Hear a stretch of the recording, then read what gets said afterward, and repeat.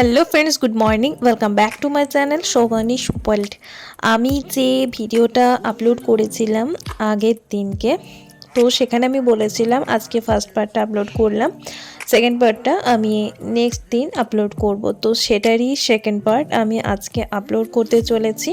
তো আমি দক্ষিণেশ্বর থেকে আসার পথে মানে দক্ষিণেশ্বর বেলুড় মঠ সমস্ত কিছু দর্শন করে আবার দক্ষিণেশ্বরে মেট্রো ধরে আমরা মহাত্মা গান্ধী রোড, যেটাকে এমজি রোড বলে, সেই মেট্রো ধরে সেই এমজি রোডে স্টেশনে নেমে আমরা এখন হাঁটতে শুরু করেছি। ওই মেট্রো স্টেশন থেকে এমজি রোড নেমে আমরা ওই মেট্রো স্টেশন থেকে মোটামুটি 10 থেকে 15 মিনিট হাঁটলেই কিন্তু এই জোড়াসাঁকো ঠাকুরবাড়িটি আমরা পেয়ে যাব, যেখানে আমাদের বিশ্বকবি রবীন্দ্রনাথ ঠাকুরের জন্ম বা রবীন্দ্রনাথ ঠাকুরের বাড়িটি রয়েছে। যাই হোক, আমরা ওখানে জিজ্ঞাসা করে নিয়েছিলাম, আর তার সাথে এখন তো গুগল ম্যাপ রয়েছে সবার কাছে, তো সেইটা দেখেই কিন্তু আমরা চলে এসেছি। তো প্রথমে আমরা যে রাস্তা ধরে এসেছিলাম সেখান দিয়ে প্রথমেই যে একটা রবীন্দ্রভারতী বিশ্ববিদ্যালয়ের বড় গেট দেখতে পেলাম, তো সেদিক থেকে প্রবেশ নিষিদ্ধ ছিল। তো ওখানে যিনি ছিলেন উনি বলে দিলেন আরও একটা রাস্তার কথা, যেখানে জোড়াসাঁকো ঠাকুরবাড়ির একটা যে স্তম্ভ রয়েছে এখানে, তো এই গেট ধরে যেতে বললেন। তো এখানে পাশে একটা খুব সুন্দরভাবে মার্বেলের কাজ করা মানে বিভিন্ন প্রতিমা তৈরি করেছে এই দোকানটি রয়েছে। তো ওই রাস্তা ধরে সোজা হাঁটলেই কিন্তু আমরা আবারও একটা রবীন্দ্রভারতী বিশ্ববিদ্যালয়ের একটা গেট পাবো। তো এই গেট ধরেই কিন্তু জোড়াসাঁকো ঠাকুরবাড়ি আসার কিন্তু মূল রাস্তা। তো এখানে আমরা প্রথমে প্রবেশ করে প্রথমেই এখানে টিকিট কেটে নিলাম।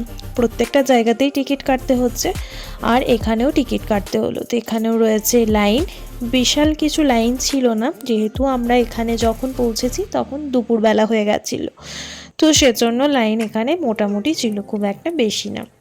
মিস্টার ঘোষ লাইনে দাঁড়িয়ে টিকিট কেটে নিয়েছে, 20 টাকা করে পার হেড হচ্ছে এখানে টিকিট। তো এই হচ্ছে বাইরে থেকে পুরো ভিউটা, আর ভেতরে কিন্তু কড়াভাবে নিষিদ্ধ ছিল ভিডিওগ্রাফি বা ফটোগ্রাফি যাই বলুন না কেন।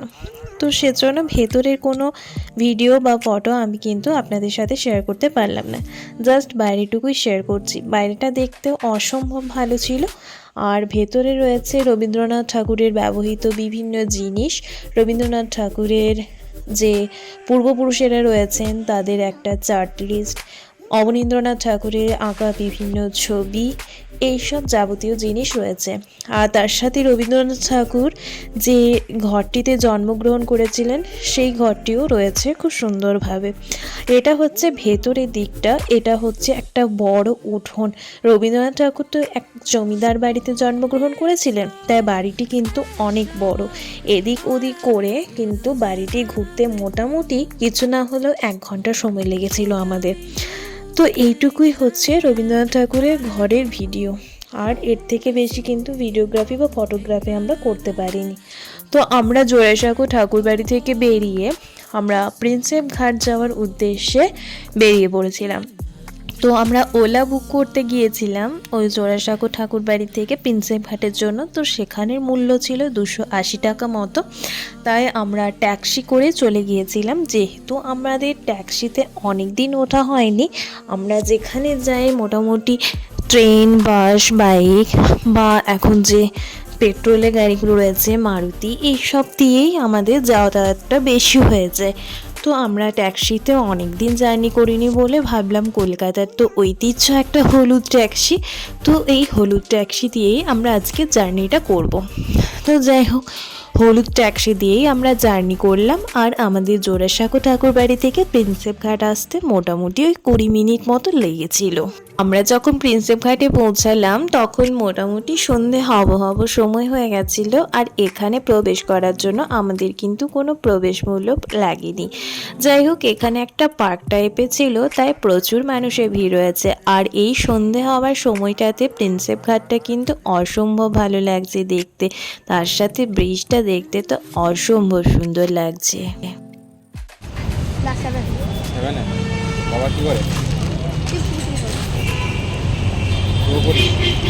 দোকান আছে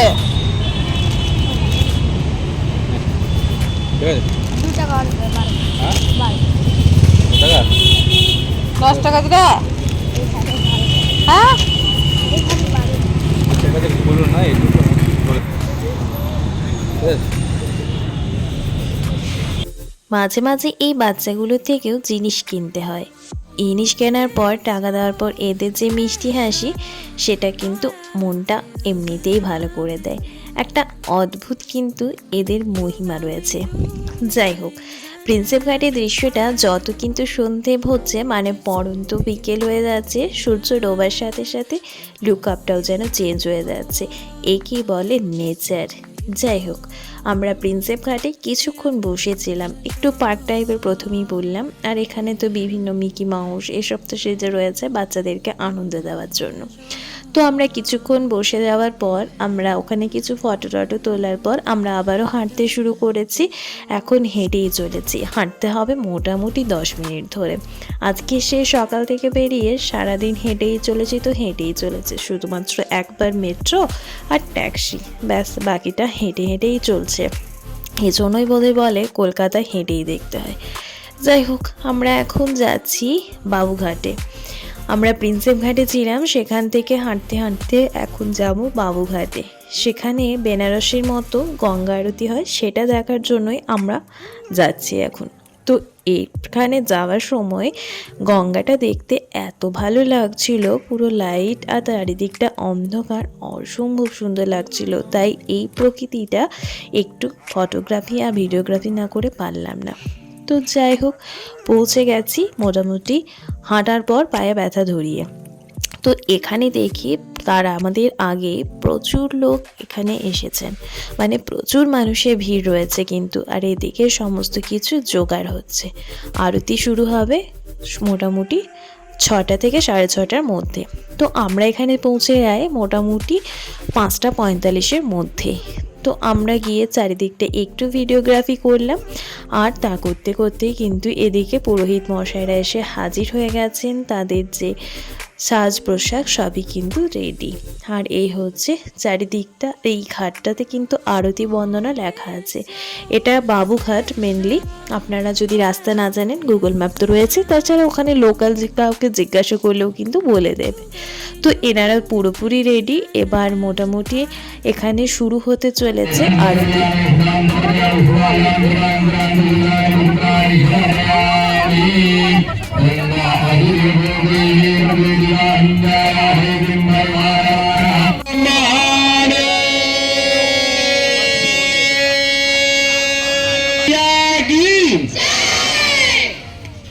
তা আমরা তো কম বেশি সবাই জানি যে বেনারসে এই আরতি হয়ে থাকে, গঙ্গা আরতি, যেটা দেখার জন্য প্রচুর মানুষের ভিড় হয়। তো ইদানিং এখন কলকাতাতেও এই গঙ্গা আরতি শুরু হয়েছে, আর এটাও কিন্তু বেশ ভালো হচ্ছে। যাদের বেনারস যাওয়া হচ্ছে না বা বেনারস যেতে পারবেন না বা পারছেন না, তারা কিন্তু কলকাতাতেই কিন্তু এই বেনারসের মতো গঙ্গা আরতিটা দেখে আসতে পারেন। বড্ড সুন্দর হয়, বেশ ভালো লাগবে কিন্তু।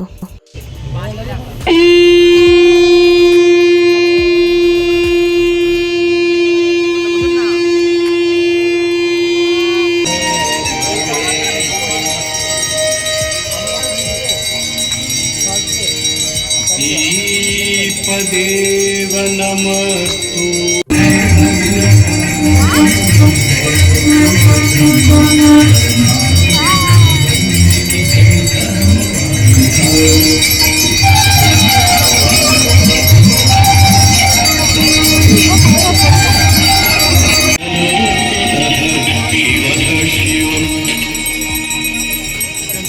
विगलज्ज्वल प्रवाह पावितस्थले अलीफलं विलम्बिताम्बुजङ्गकिन्दमाने डमड्डमड्डमड्डमण्डिनादवड्डमर्मणि चकारचण्डताण्डवन्तरे शिवं शिवं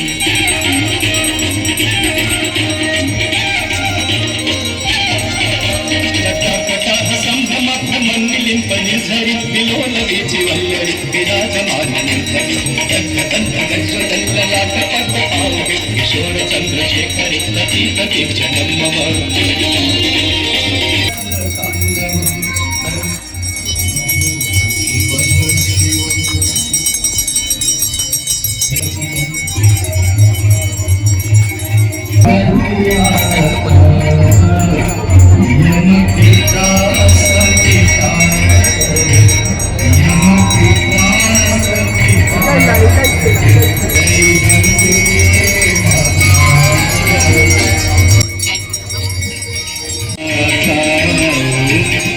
जय गंगे माता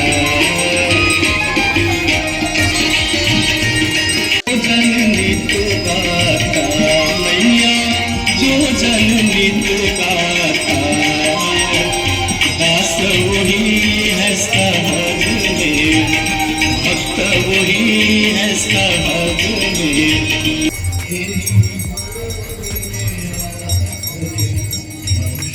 जय गंगे माता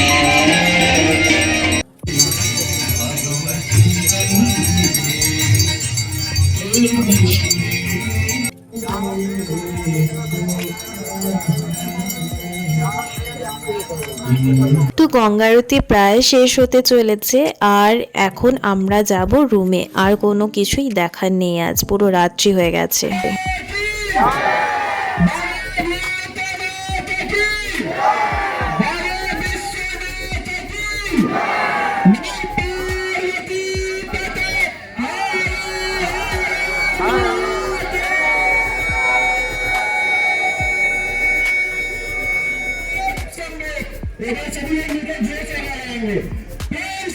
আজকের মতো আরতি এখানেই শেষ হলো। চলুন এবার রুমে ফেরা যাক। সেই সকাল থেকে বেরিয়েছি আর একটুও ভালো লাগছে না, তো সেজন্য মন তৃপ্তি করার জন্য দুজনে 2 কাপ চা খেয়ে চলে গিয়েছিলাম রুমে। তো আজকের ভিডিওটা তাহলে এখানেই শেষ করছি। ভিডিওটি ভালো লেগে থাকলে অবশ্যই একটা লাইক, শেয়ার অ্যান্ড কমেন্ট করে দেবেন। দেখা হচ্ছে নেক্সট ভিডিওতে। ততক্ষণ পর্যন্ত সবাই ভালো থাকুন, সুস্থ থাকুন। ধন্যবাদ।